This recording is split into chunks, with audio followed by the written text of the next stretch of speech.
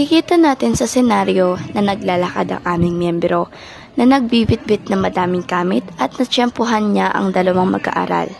At tuluyan na nga nahulog ang mga gamit ng aming miyembro. Ang dalawang mag-aaral ay kumilos para tulungan siya. Makikita dito na sila ay mabuti.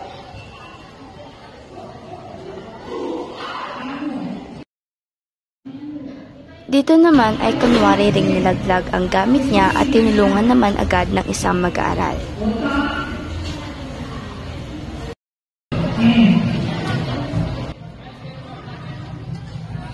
Dito ay inilaglag ng aming miyembro ang pera. Hindi ito napansin ng mga mag-aaral nung una. Nang makita na nila ang perang nahulog, kinuha nila ito at hindi na hinanap kung sino ang may-ari ng pera. Hindi namin inakalang kukunin ito ng mga mag-aaral.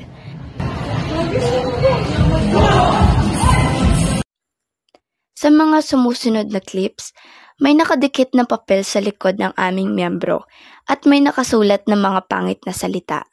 Hindi ito napapansin ng ibang mga dinadaan ng tao, ngunit ang mga nakakakita naman sa papel ay hinahayaan lang ito at hindi sinabihan ng aming miyembro tungkol dito. Lisa, badminton pa mo.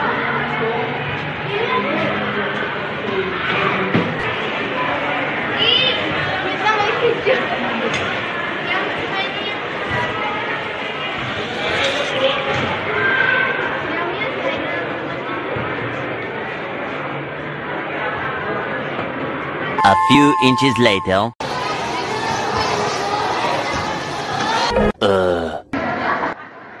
Sinubukang maghulog ng bote ng tubig ng aming miyembro sa hallway. Hindi ito napansin ng mga mag-aaral nung una.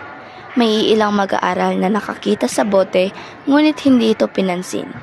Pinulot na lang ulit ng aming miyembro ang bote at tinapon sa basurahan.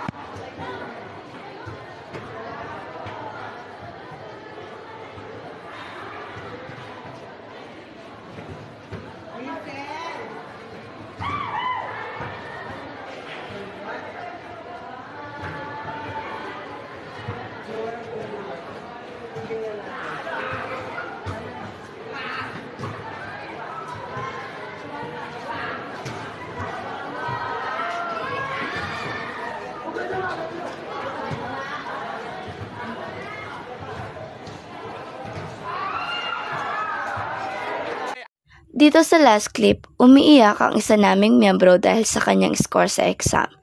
May iilan naman na nagpatahan sa kanya noong una at nagpagaan ng kanyang loob, hindi lamang ito na videohan.